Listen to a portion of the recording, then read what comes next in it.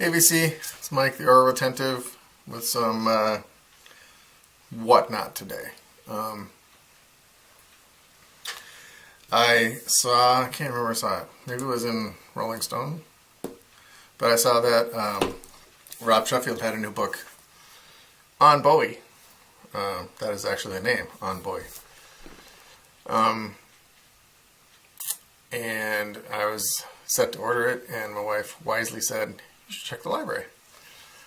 I put it on hold, and literally, like the next day, it arrived. So it's quite short. But I don't know if any of you have read Rob Sheffield's book, Love is a Mixtape, but I really liked it.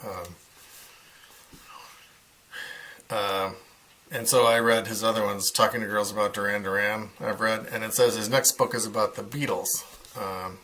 So yeah, check this out. I'm only into the introduction so far, but he's got a good writing style. I like it. So I checked that out, and while I was there, I picked up this massive tome from the library book sale. So this is a buck. Hardcover, The Life and Times of an American Original, The Thelonious Monk by Robin D.G. Kelly. Now, this promises to be pretty hefty reading. The last fifth of the book, practically, maybe sixth. But from page 453 to 588 is a section of notes, or bibliography, glossary. So, yeah, a good chunk of the book is that. So, this is probably not going to be, an easy read. But I like The Thelonious Monk, and also have a book, I think, on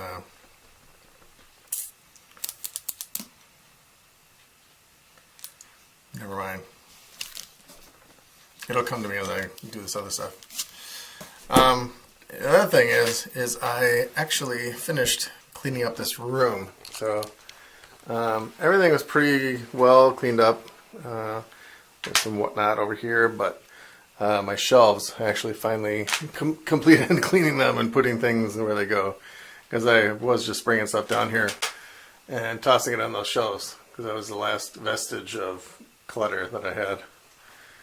Here's my spray paint record template of Blues Brothers. Oh, I remember the jazz bass player, Mingus. Although I don't think I have the book on my shelf. It's in a box somewhere. It was like Picnic at Midnight or something like that. I don't remember, but I picked that up to read at some point. So then, of course, I forgot to bring it downstairs to the music room with me, but I bought a little tiny knockoff GoPro. And I brought it down here and did some fun stuff. I set it on top of the needle arm, and then I put it, glued it. I used a little piece of poster putty, and I stuck it to the outside of the slide out tray on the record player, and then closed it. So it's kind of fun. So I'll include those little bits right after this.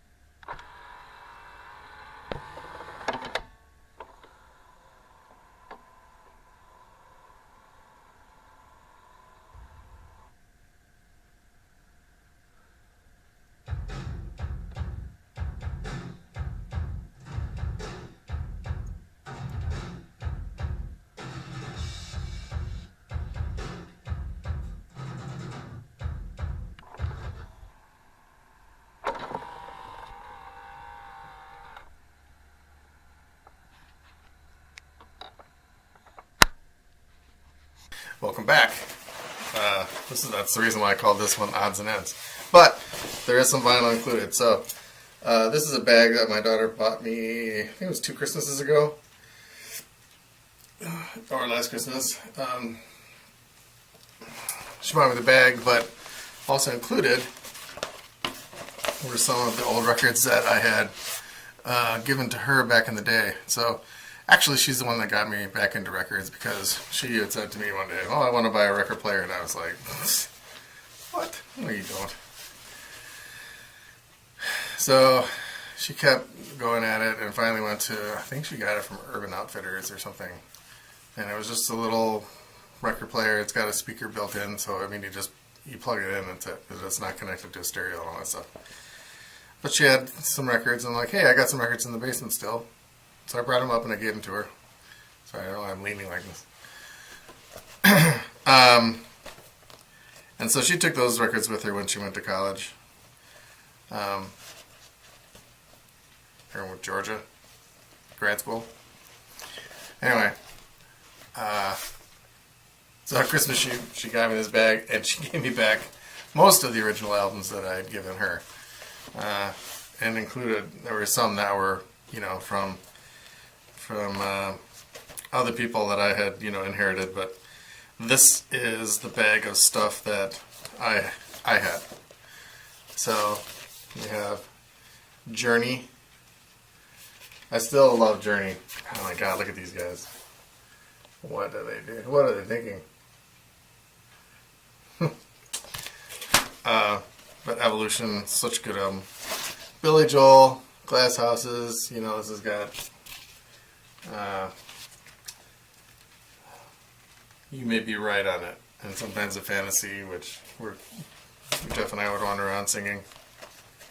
Hey, Jeff. This one is Styx Cornerstone. I don't actually remember ever buying this one, nor do I ever remember listening to it, but it was in there. So either it came from someone else and ended up in my collection, or it was mine. And then we have Paradise Theater, Styx Paradise Theater, which I'm tempted to make a clock out of. I don't know if it'll show up in the here, but it is one of the ones with the etched. Let's see if I can get this to show up. It's got the etched design in it around the edges. There you can see it a little bit. We'll go. So I was thinking of making a clock out of it, but I don't know if it would actually show up.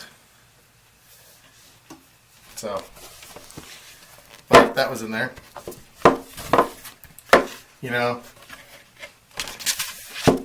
I love Too Much Time on My Hands, and what else is on here? Snowblind.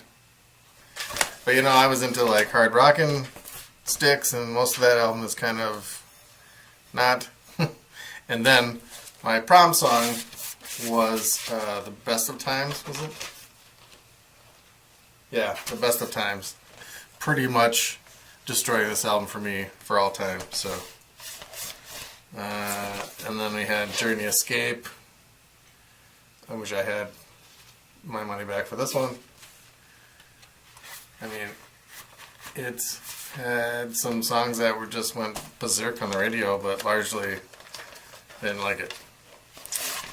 So then this one was a little, hey, this one's a little more out there, right?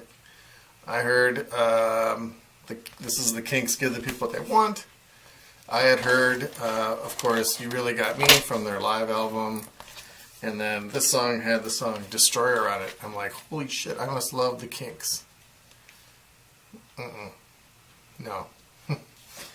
Destroyer and I think Back to Front on here are really good. But the rest of the album I don't like. What are you going to do? So, but it's still in the bag. So and then, rounding it out, we have 2 albums that's, for some reason, don't have their cover anymore. This is Van Morrison, Into the Music. Now, this is a rare mellow album for me. On side 2, and the healing has begun, and it's all in the game, which are about 12, 13 minutes of just non-stop awesomeness. Last song too, I think. You know what they're writing about. Yeah, so basically the whole side too is just crazy good. And last but not least, Angel, hell of a band. Now this is probably, I'm toying with the notion of calling this my favorite album of all time, because it has my two favorite songs of all time on here, which is The Fortune and on the other side, Feelings. So this is largely Greg Giuffria, who went on to form his own band. These guys, Angel, had probably 5 or 6 albums, and I had them all at one point, and this is the only one that I really dug, but I dug the whole thing. All the songs are written by, the band, but so yeah, these are the original albums that I have remaining, plus the B-52s, the first B-52s album, which I've already taken out and put in the collection there. So yeah, those are the original albums. So I had tons of records, and got rid of them all, thinking I was going to purchase CDs to replace them all, and something came up like needing food or a room or something like that. So, but it was kind of fun to have these old records back. I remember purchasing this Journey album. Ooh, it's still on the original sleeve. Nice. In fact, I have actually this one.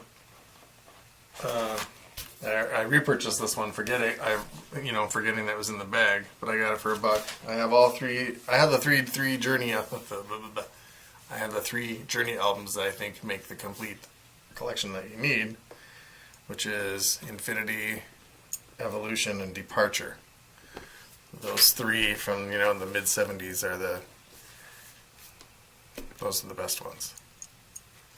So I think that's it. So I got books and vinyl and little camera playing and clean shelf. Oh, did I finish? So yeah, I've got magazines stacked up, some tapes, books. This binder here is posters. I know I talked about this in one of my videos, that I made some sample posters for Brandon Beebe, an artist that came to town here, and I ended up making actually 4 of his for gigs. I had the one from this one from Lucky's, which he signed. So this one got used, and I know I talked about that one as the first one that I made that actually got used. But then he played at World of Beer, so I made that one, which they used, and then he played at Pooley's, and they used that one, and then he played World of Beer again. So then I slipped in this picture so as not to repeat. This is a picture I actually took myself of him playing at Lucky's, and with the hat and everything, thought it looked pretty cool. So yeah, so that's my posters binder, and this one is full of overflow show posters that won't fit anywhere on the wall. So may have to switch them out. Here's a Pat McCurdy one that I made that they didn't actually end up using, but I took it to the show and had him sign it for me.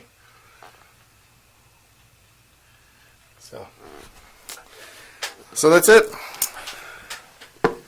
That concludes our Retentive odds and ends with the little vinyl. Peace, everybody.